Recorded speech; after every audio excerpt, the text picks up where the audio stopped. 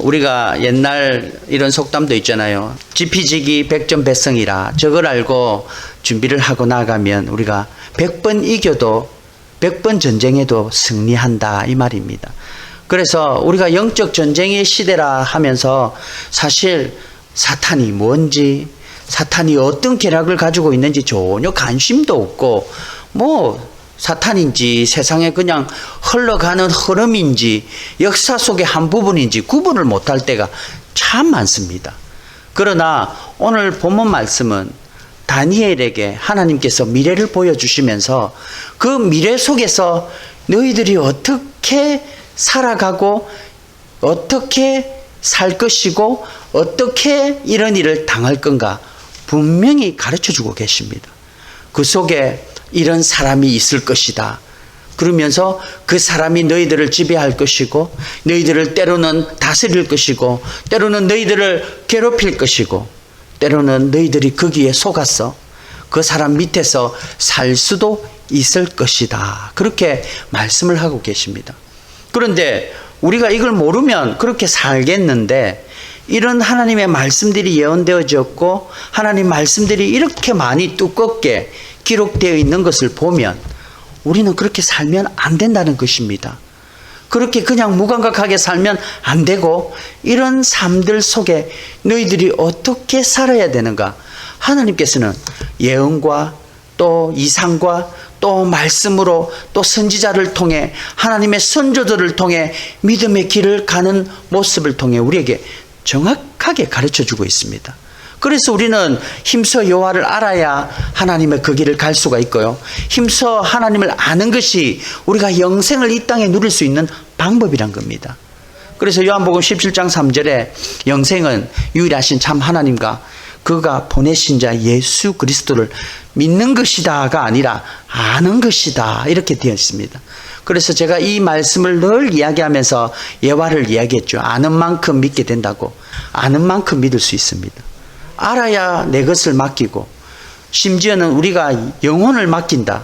나의 몸뿐만이 아니라 영혼을 맡기고 재산뿐만이 아니라 내 자식들까지 내 후대들까지 영혼을 맡기는 그 주님과 그 하나님을 우리가 알지 못하면 어떻게 맡기겠습니까? 그래서 오늘 말씀을 통해 하나님을 알고 또 이 말씀 속에 하나님이 사탄도 너희들 알아야 된다. 너희들이 대적하는 적 그리스도가 누군지 모르면 너희들이 거기에 속아 넘어간다. 분명히 말씀하고 있는 겁니다. 그래서 오늘 제목이 적을 알고 준비합시다 라는 겁니다. 오늘 이 말씀을 또 알기 위해서 약간의 시대적 배경을 한번 살펴보겠습니다. 21절을 보면요. 이런 말씀이 있습니다. 오늘 본문은 아닌데요. 함께 읽겠습니다. 21절, 24절 시작. 또 그의 왕위를 이을 자는 한 비천한 사람이라 한 나라의 영광을 그에게 주지 아니할 것이나 그가 편안한 때를 타서 속임수로 그 날을 얻을 것이며 그와 약조한 후에 그는 거짓을 행하여 올라올 것이요 소수의 백성을 가지고 세력을 얻을 것이며. 한 왕이 서는데요. 오늘 본문의 앞부분입니다. 우리 지난주 남방과 북방이 공주를 죽이고 또 공주를 보냈는데 죽임을 당하고 그래서 남방이 화가 나서 북방을 쳐들어가고 북방은 또 남방을 쳐들어가고 계속 복수의 역사가 일어났지 않습니까? 그런데 이제 북방 중에 큰 왕이 하나 일어납니다. 그래서 남방이 점점 약해지고 그래서 남방이 북왕이 점점 커지니까 북방 왕국이 점점 커지니까 공격을 하기 시작합니다.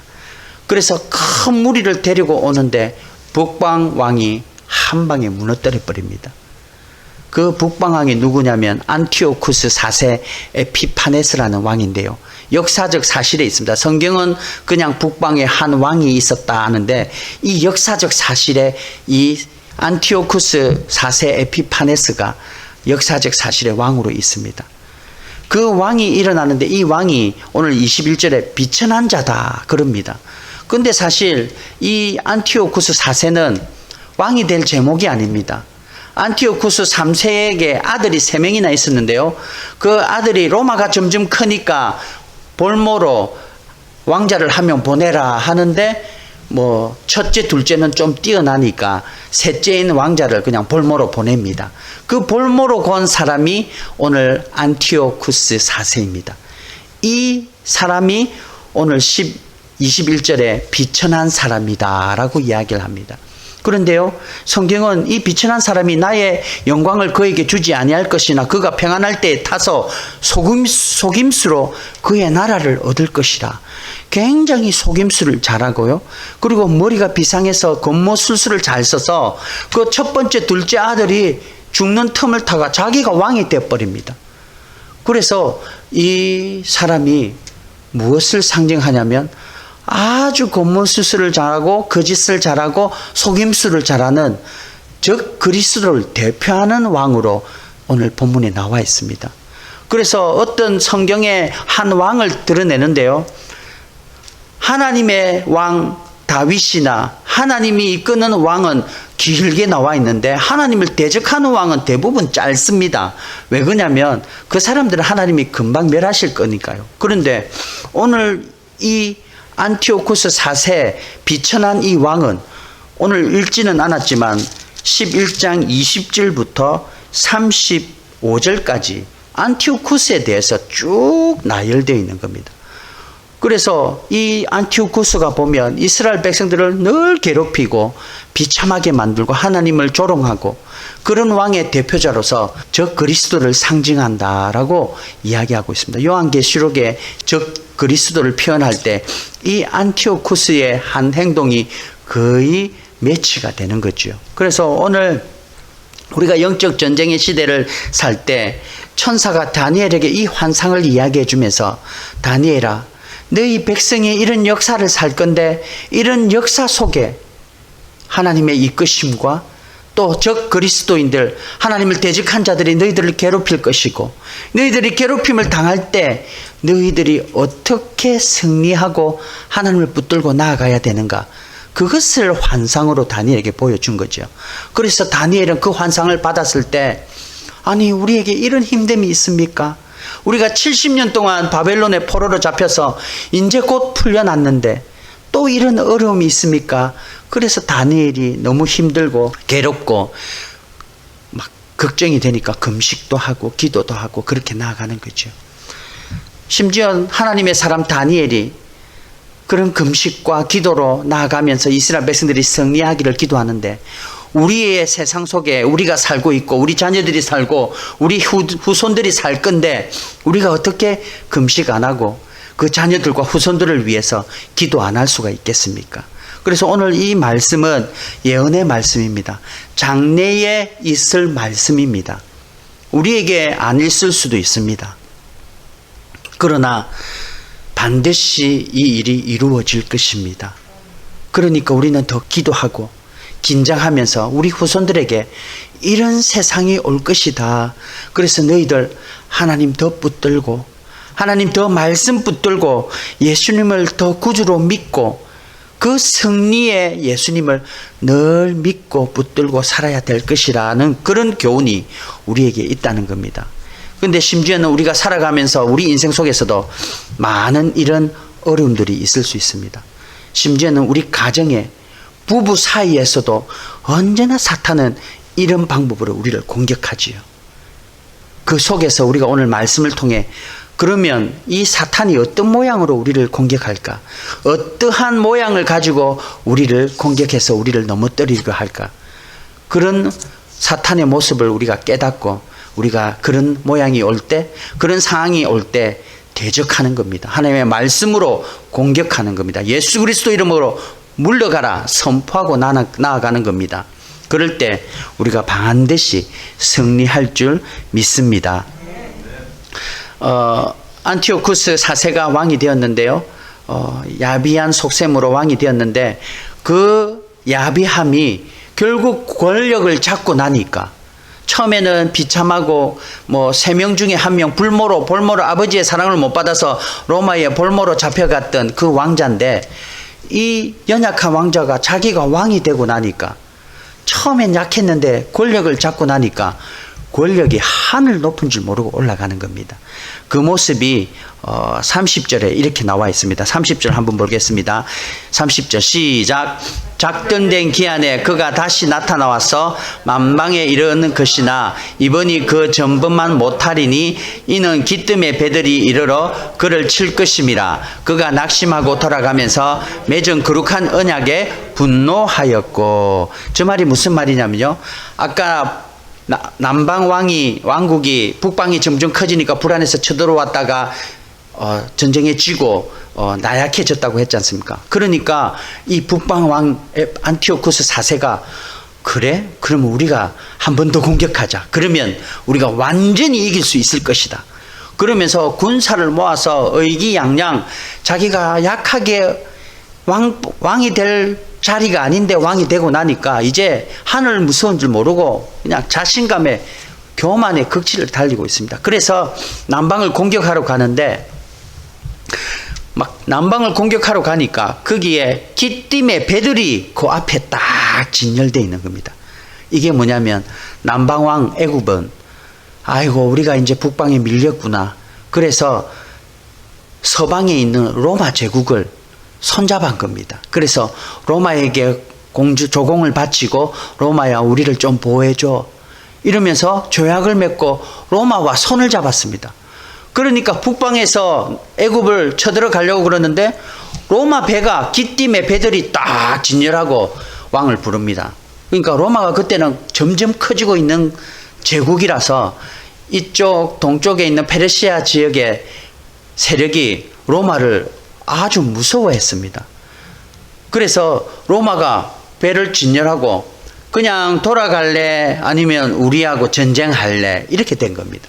그러니까 이 북방 왕 안티오쿠스 4세가 그 자신만마한 4세가 어쩔 수 없이 기띔의 배를 보고 칠 것이라 하다가 낙심을 하고 돌아갑니다.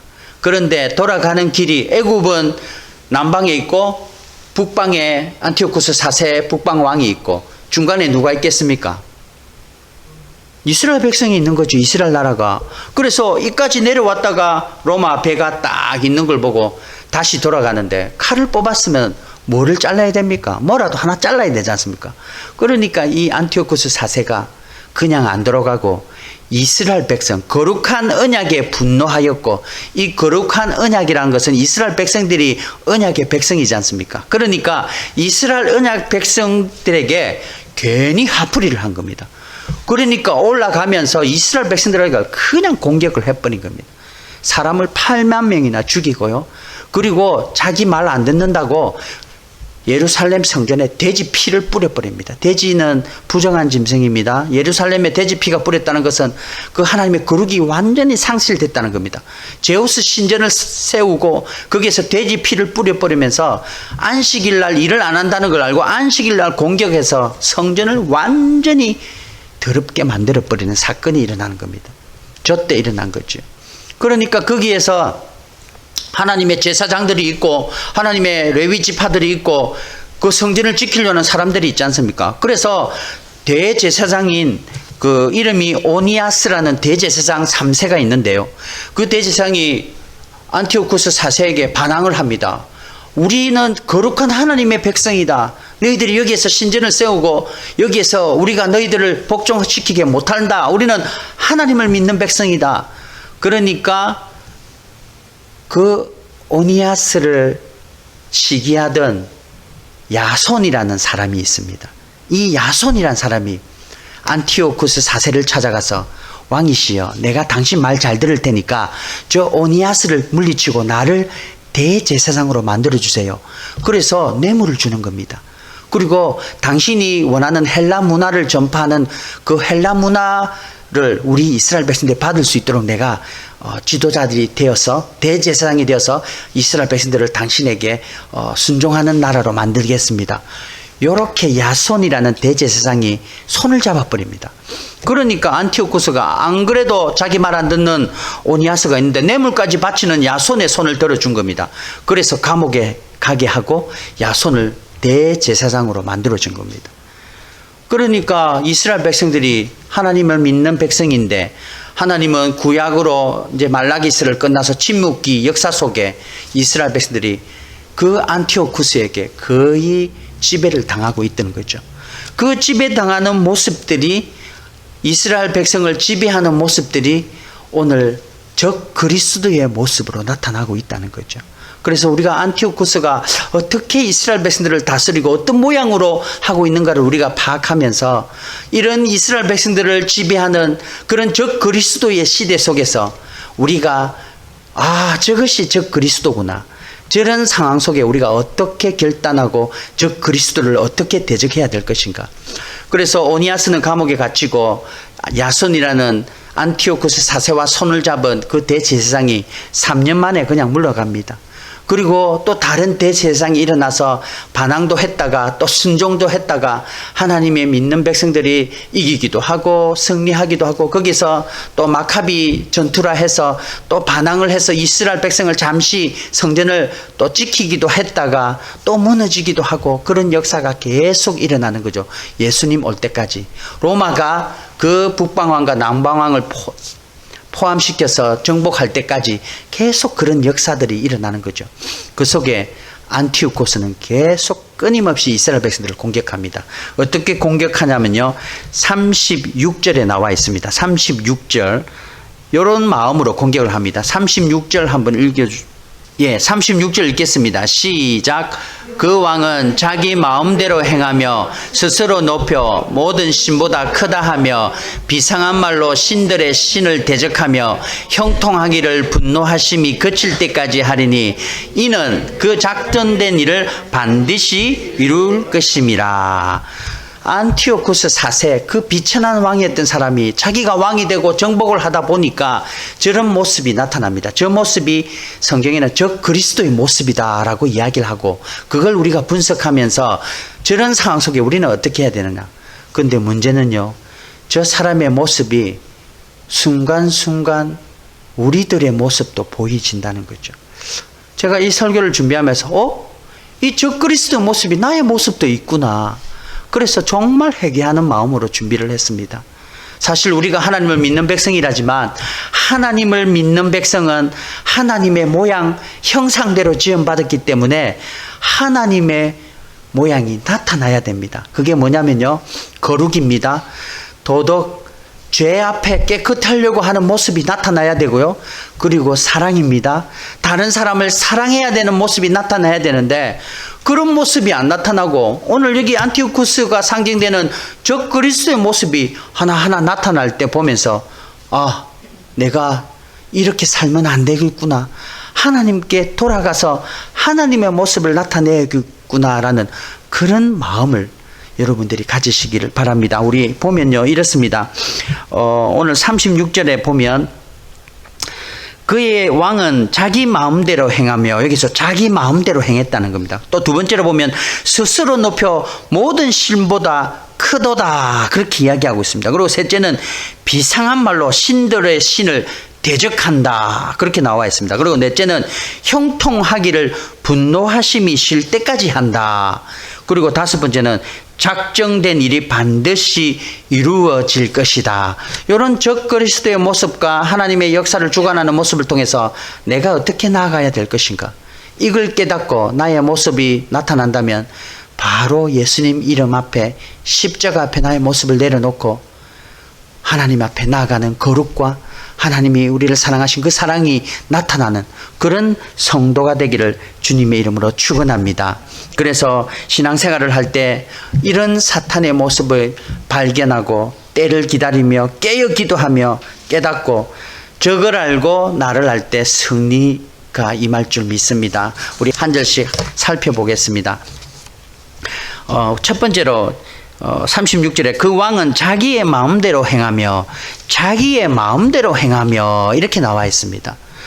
이 왕이 권력이 없을 때 볼모로 갚히고 아들 3명 중에 그냥 아버님이 그냥 볼모로 보내버리는, 아버님이 아예 쳐다보도 않은 아들이다가 이제는 왕을 딱 대고 나서 비참하게 그런 왕 속에서 왕권을 딱 가지다 보니까 기준이 자기가 되어버린 겁니다. 그래서 어떠한 기준이 아니라 자기가 기준이 되어서 자기 마음대로 그냥 해버립니다. 자기가 할 수 있는 거 해버리고 자기가 못하는 걸 강제로 하려고 노력하고, 그런 모습이 바로 적 그리스도가 이 땅에 와서 자기 마음대로 하나님의 기준이 돼야 되고 하나님의 말씀이 기준이 돼야 되고 하나님 앞에 순종하는 기준이 돼야 되는데, 타락한 천사가 되어서 하나님의 기준을 버리고 자기 마음대로 세상을 지배하려고 나가는 적 그리스도의 모습이 나타난다는 거죠. 우리의 모습이 아니겠습니까? 여러분이 선택을 할 때 어떤 기준으로 선택을 합니까? 내가 원하는 기준, 내 이득을, 나에게 유익이 되는 기준을 선택합니까? 아니면 하나님이 원하는 기준, 그것이 말씀으로 나타나니까 말씀이 말하는 기준으로 선택합니까? 사탄의 모습이 바로 우리의 모습이잖아요. 자기 마음대로 하는 것. 그래서 우리가 사탄이 멀리 있는 게 아닙니다. 바로 우리의 모습 속에 문득 나타나는 모습이라는 거죠. 그래서 자기 마음대로 살아가는 모습이 아니라 우리는 하나님의 말씀 가운데 기준을 두고 하나님 말씀의 기준으로 살아가는 그런 모습이 우리의 삶 가운데 늘 나타나기를 간절히 바랍니다. 다니엘서 7장 25절에 보면 작은 뿔 비유인데요. 그 뿔이 오늘 말하는 안티오코스 4세고, 그 뿔이 일어나서 하나님의 성도들을 어떻게 괴롭히냐면요, 때와 법을 고쳐서 괴롭힌다는 겁니다. 그러니까 법이 있는데 그 법을 그냥 자기 마음대로 고쳐서 자기가 그냥 주인인 양 법을 고쳐서 괴롭힌다는 거죠. 그게 오늘 안티오쿠스가 그렇게 행했고 자기 마음대로 행했고, 우리 삶 가운데 내 마음대로 안 되는 인생, 내 것이 아닌데 자꾸 내 것인 양 내 마음대로 하려고 하는 그런 모습들이 우리가 나타나지 않습니까? 그래서 우리는 늘 돌아가기 바랍니다. 심지어는요, 예수님조차도, 예수님은 항상 기준이 하나님 아버지였습니다. 마태복음 26장 39절입니다. 함께 읽겠습니다. 시작. 내 아버지여, 만일 할만하시거든 이 잔을 내게서 지나가게 하옵소서. 그러나 나의 원대로 마옵시고 아버지의 원대로 원하옵소서. 아멘. 예수님조차도 이 땅에 오셔서 하나님의 말씀을 순종하고 나아갈 때 힘이 드는 겁니다. 그래서 하나님, 나 이거 안 하고 싶어요. 할 수만 있으면 좀 물려주세요. 그런데 내가 원하는 거 말고, 내 마음대로 말고 하나님이 원하는 대로 하십시오. 저는 순종하겠습니다. 예수님조차도 이렇게 고백하셨습니다.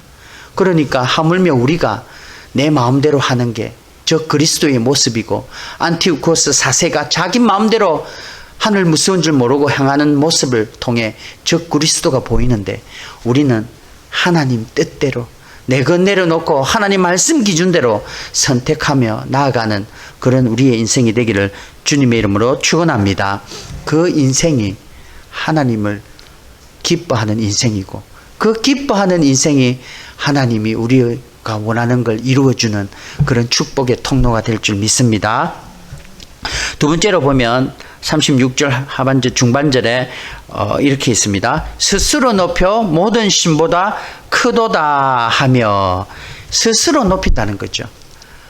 하나님이 높여주면 우리가 일어나는데 하나님이 안 높여주니까 저 그리스도는 자기가 스스로 일어난다는 겁니다. 그리고 하나님 자리에 자기가 가고 자기가 하나님처럼 되려고 하는 모습이 저 그리스도의 기본적인 모습이란 거죠.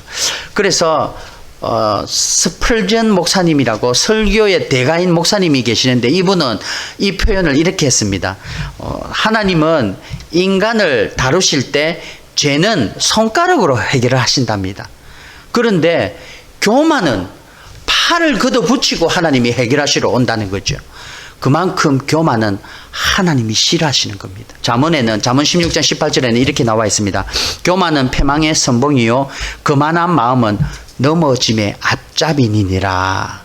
그래서 우리가 교만을 할 때 넘어지고, 그것이 하나님이 우리를 교만한 자리에 올라갔을 때 반드시 물리치게 하는 하나님의 공의가 있다는 것입니다. 그래서 우리는 절대로 교만하면 안 됩니다.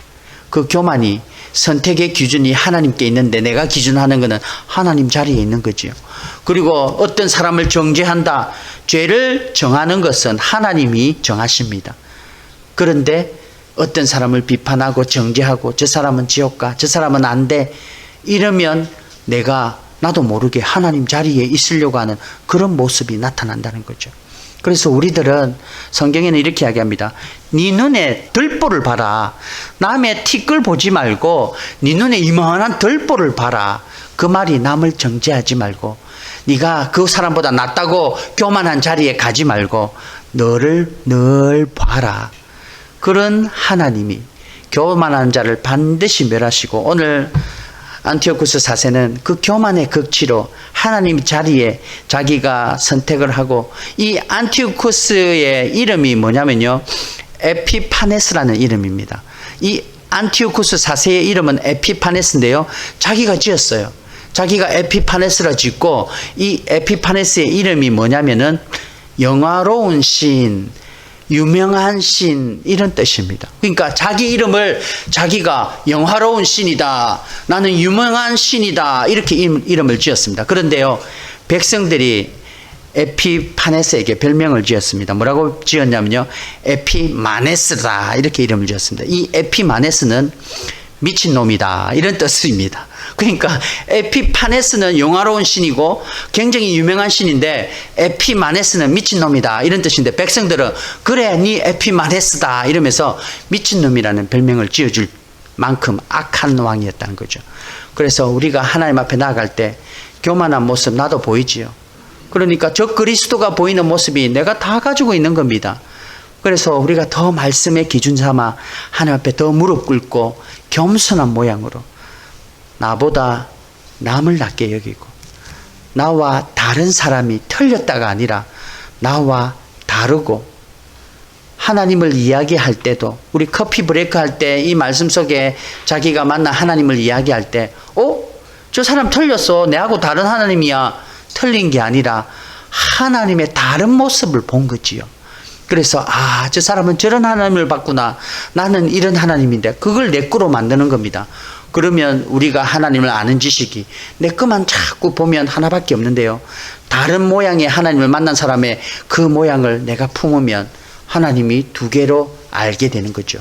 그리고 또 다른 사람이면 세 개 알게 되고, 그 알미 늘어나면 영생을 이 땅에서 반드시 누리게 될 줄 믿습니다.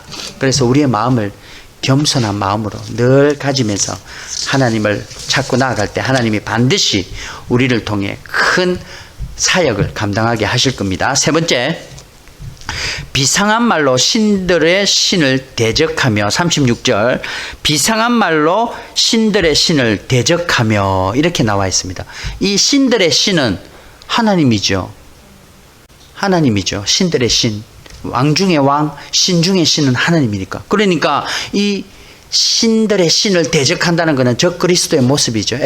안티오쿠스 4세 에피파네스가 하나님 신들 중에 신을 대적하고 모든 왕 중에 자기가 최고의 왕이라 생각하면서 나아갈 때 하나님이 그런 사람을 굉장히 싫어하신다는 겁니다. 그래서 오늘 다니엘서 7장이나 8장에 작은 뿔 예언이 있었고, 염소와 양의 염소 속에 뿔이 조그만 게 있었는데 그 뿔을 가진 염소가 큰 입을 가지고 있었습니다. 기억나시는지 모르겠지만 그 큰 입이 말을 막 하고 하나님을 대적하는 모습이지요. 그래서 우리가 우리도 모르게 말을 많이 하다 보면 실수합니다. 그 실수 속에 거룩하신 하나님의 이름을 망령되어 일컬을 때도 나도 모르게 일어납니다. 그게 우리가 애들에게 뭔 일, 어머 이럴 때 영어로 말하는 거 있죠. 영어 뭡니까? goodness 이렇게 이야기하면서 이렇게 얘기하는 거죠. 그만큼 우리도 모르게 하나님의 이름을 경홀히 여기는 게 몸에 배긴 사회 속에 살고 있습니다. 그래서 우리가 하나님을 늘 생각하고 하나님을 생각하지 모르면 우리도 모르게 하나님 이름이 경홀히 느낄 때가 참 많다는 거죠. 오늘 이 안티오쿠스 4세는 하나님을 얼마나 무시했으면 하나님의 성전에 돼지 피를 뿌리고 제우스 신전을 세우면서 하나님 없다, 너희들 신은 이제 죽었다, 우리 신이 최고야 하면서 조롱했던 사람입니다. 이게 적 그리스도의 대적자들고 우리도 하나님을 모를 때는 그런 사람의 한 부분이었죠.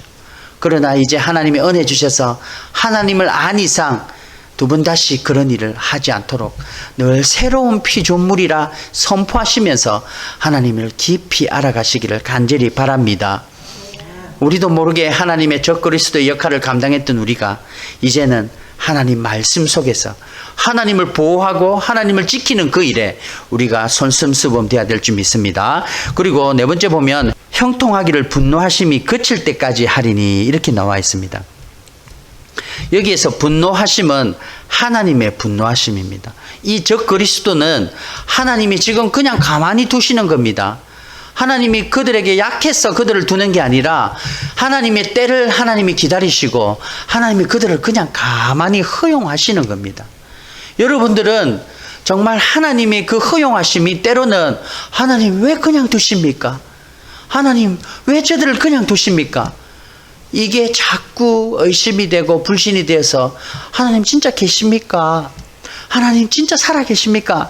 이렇게 고백되어질 때가 참 많습니다. 그런데 하나님은 그들이 그렇게 타락하고 그렇게 범죄하고 하나님이 대적할 때 하나님의 때를 하나님은 그냥 기다리고 계시는 거죠. 어떤 누가 그랬잖아요. 하나님 살아 계시면 내가 5분 동안 하나님을 저주할게. 그래서 살아 계시면 내가 죽을 것이고 내가 죽지 않으면 하나님은 살아 계시지 않다. 그래서 어느 대학 교수가 5분 동안 하나님 살아계심을 증명하기 위해서 하나님이 없다는 것을 증명하기 위해서 5분 동안 저주를 했답니다.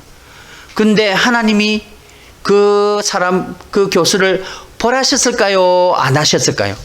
여러분 어떻게 하셨을까요? 자, 벌하셨다. 바로 죽게 하셨다. 손 들어 보십시오. 그러면 죽게 안 하셨다. 왜 안 하셨을까요? 오늘 내가 먼저 이야기해 버렸네요. 하나님의 때를 기다리는 겁니다. 욕을 안 하고 먼저 이야기해야 되는데 제가 순서를 바꿨네요. 하나님은 노하기를 더디하십니다. 그리고 기다리십니다. 왜 그런지 아세요? 그 사람은 바로 멸해야 되지만 다른 사람에게 똑같은 하나님의 공의가 나타나는 거지요. 하나님은 공평하십니다. 그 사람에게 멸했으면 안 믿는 나의 자녀가 있으면 나의 자녀에게도 멸하게 된다는 거지요. 그리고 그 사람을 멸했으면 나 지금은 하나님을 믿지 않지만 언제 돌아올지 모르는 엄마가 아빠가 기도하는 그 자녀들에게도 하나님이 동일하게 그런 벌이 주어진다면 얼마나 우리는 하나님 앞에 무섭습니까?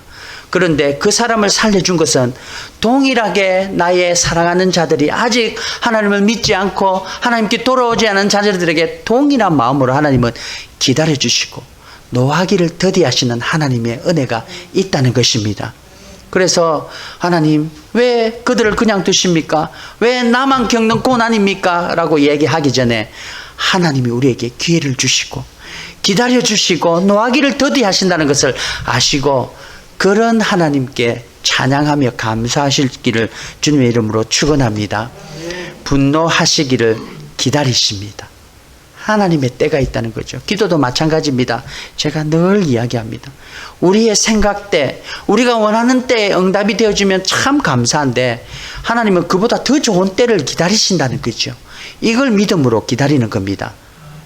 그래서 내 때도 좋지만 하나님이 원하시는 때를 기다리는 믿음의 인내가 하나님이 기뻐하는 믿음이고 그 길이 하나님을 기뻐하는 신앙의 길인 줄 믿습니다.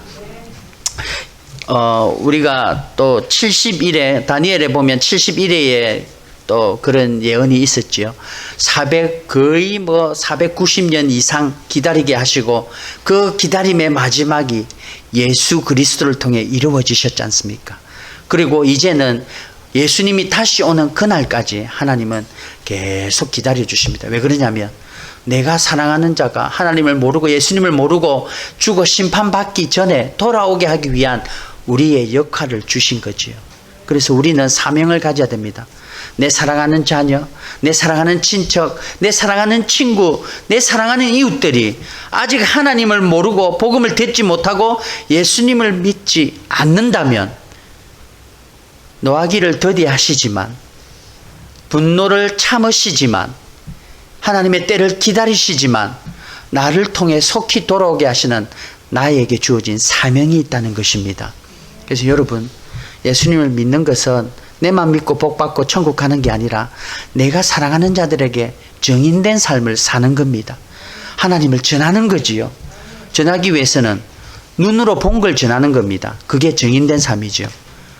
근데 내가 눈에 본 게 없다. 그러면 하나님 뭘 전할까요? 이제 약간 믿음이 올라가는데 아직 정확하게 모르겠습니다.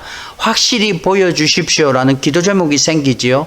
그런 하나님을 찾고 나아가는 자에게, 나를 찾는 자에게 내가 찾아줄 것이고, 두드리는 자에게 내가 열리게 하실 것이고, 함께 하기를 원하는 자에게 내가 임마누엘, 하나님 너와 함께 하시기를 약속하신 그 약속이 우리에게 임한다는 것입니다. 그래서 늘 하나님 붙들고 하나님 체험하게 하셔서 복음이 증거되어지도록, 내가 전하는 복음이 그냥 간접적인 복음이 아니라 체험적인 복음이 전해지도록 하나님 체험을 많이 주십시오라고 기도하는 그런 저와 여러분 되기를 주님의 이름으로 축원합니다. 하나님께 가까이 함이 우리의 복입니다. 그 체험이 많으면 많을수록 내 삶 속에 복이 많아진다는 거지요. 그래서 늘 예배 가운데 하나님 만나시고, 기도 가운데 하나님 만나시고, 말씀 생활 가운데 하나님 만나셔 늘 복음이 그냥 흘러가도록, 만남이 풍성해지니까 이게 꼭 짜내어서 전하는 게 아니라 여러분들 속에 복음이 흘러 넘치는 그런 하나님의 은혜가 있기를 주님의 이름으로 축원합니다. 다섯 번째는 그 작정된 일이 반드시 이룰 것임이니라. 우리 36절 우리 다시 한번 읽겠습니다. 마지막에 있는 부분을 또 눈여겨보시면서 읽기 바랍니다. 시작. 그 왕은 자기의 마음대로 행하며 스스로 높여 모든 신보다 크다 하며 비상한 말로 신들의 신을 대적하며 형통하기를 분노하심이 그칠 때까지 하리니 이는 그 작정된 일을 반드시 이룰 것임이니라. 아멘. 이 작정된 일이 뭘까요? 여러분, 작정된 일이 뭘까요? 그 대적 그리스도가 영원토록 저렇게 있지 않둔다는 겁니다. 하나님의 때는 곧 임한다는 것입니다. 이게 아멘입니다. 하나님 언제 임합니까? 진짜 오기나 합니까? 이게 아니라 곧 임한다는 거죠. 사도 바울이 하나님을 그렇게 많이 체험하고 삼청전까지, 영의 세계 삼청전, 그걸 말하면 아예 천국 정도를 체험하고 내려왔다고 이야기합니다. 죽을 고비를 몇 번이나 겪고요. 그런 사도 바울이 한 가지 착각한 게 있어요. 그게 뭐냐면 예수님이 곧 오신다였습니다. 성도들에게 주님 곧 오신다. 그래서 우리가 이 믿음 붙들고 살아야 된다. 그렇게 복음을 외쳤어요. 그런데 주님이 곧 오시지 않았어요. 사도 바울이 살았을 때 2000년 뒤에 아직도 오시지 않으셨어요. 그런데 사도 바울이 그 주님 곧 오신다는 마음으로 산 그 의미는 주님 오니까 내가 다 포기하고 모든 걸 버리고 주님 앞에 헌신해야지 하면서 산으로 올라가서 주님 오소서 이렇게 한 것이 아니라 세상 속에 가셔서 주님이 오니까 너희들 예수님 믿어야 된다고 외친 열정으로 바뀌어버린 겁니다. 여러분, 주님이 곧 오십니다. 이게 언제 오는지 모르지요. 예수님은 나도 모른다, 하나님 아버지만 아신다 이야기하시면서 그 오실 때를 하나님께 맡겼습니다. 그러나 우리는 그 때를 사모하는 마음으로, 곧 오신다는 마음으로 이 삶을 준비하시기를 간절히 바랍니다. 때로는 이런 분이 있죠. 주님 아직 준비가 안 됐습니다. 조금만 있다가 오십시오. 주님 제가 준비 안 됐으니까 잠깐만, 조금만 있다가 오십시오. 주님 내가 요것만 해놓고 요것만 이뤄놓고 주님 오십시오. 이러는 때가 있습니다. 그런데요, 그때는 아무도 알 수 없습니다. 지금 당장 준비하시기 바랍니다. 당장 내일 어떤 일이 일어날 줄 알겠습니까?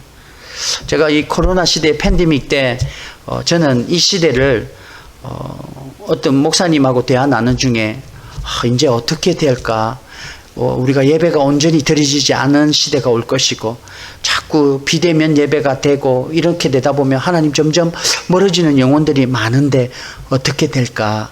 근데 저는 반대로 생각했죠. 목사님, 팬데믹 걸려서, 코로나 걸려서 죽는 사람이 많아지니까 죽음에 대해서 두려움이 더 많이 생기지 않습니까? 그런데 우리 기독교는 죽음의 두려움이 영생으로 바뀌는, 기쁨으로 바뀌는 종교지 않습니까? 믿음 생활 아니지 않습니까? 그래서 이런 어려운 시기에 복음이 더 힘이 있을 것입니다. 저는 이걸 믿습니다. 죽음이 임하고 어려움이 올 때 복음은 더 힘이 나타납니다. 고난이 있고 멸망이 가까이 오고 어려움이 올 때 복음의 힘이 나타나기 시작한다는 거죠. 세상의 힘과 세상의 권력은 어려움이 오고 멸망이 가까이 오고 자질이 오면 세상 것을 더 가지려고 하는 허무맹랑한 것을 쫓아갑니다. 그러나 우리의 복음과 우리의 믿음은 어려움이 오고 멸망이 오고 죽음 앞에, 죽음 뒤에 영원한 생명, 영원한 권력, 영원한 소망이 천국에 있기 때문에 더 그리스도인들은 힘을 낸다는 겁니다. 그게 바로 오늘 작정된 일이 반드시 이룰 것이라는 하나님의 약속을 믿는 백성의 특권이란 거죠. 그래서 여러분, 종말이 올 것입니다. 그게 언제 올지는 모르겠지만 곧 옵니다.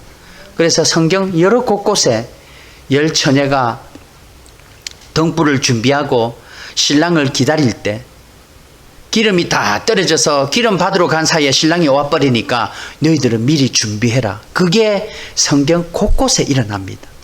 우리에게 교훈을 주고 있고 반드시 그 미래를 준비해라고 이야기하는 거죠. 그래서 저와 여러분들은 이 세상을 그냥 여기가 좋사오니 이곳이 좋습니다, 이곳에서 그냥 살다가 가지요가 아니라 미리 준비하시는 그런 저와 여러분 되기를 간절히 소원합니다. 작정의 때가 곧 임한다는 거지요. 요한복음 16장 33절에 이렇게 이야기합니다. 함께 읽겠습니다. 시작. 세상에서는 너희가 환난을 당하나 담대하라. 세상을 내가 이기었노라. 아멘. 우리는 세상에서 고난을 당해도 때가 임하니까 담대하고 이기고 나가야 됩니다. 왜?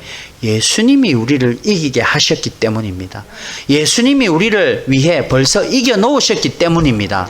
세상에 사탄 적그리스도가 만연할 때 주님께서는 그걸 허락하신 이유가 마지막 때 많은 사람들이 돌아오기 위해서, 내 사랑하는 가족들이 돌아오기 위해서 나눠난다고 했습니다. 그러기 위해서 우리는 세상이 우리를 공격하고 어려움이 오게 하고 우리를 고난당해도 우리는 그것을 견딜 수 있게 하는 주님의 손이 있다는 것입니다. 함께 하신다는 것이지요. 그래서 우리는 이것을 이겨나갈 것입니다.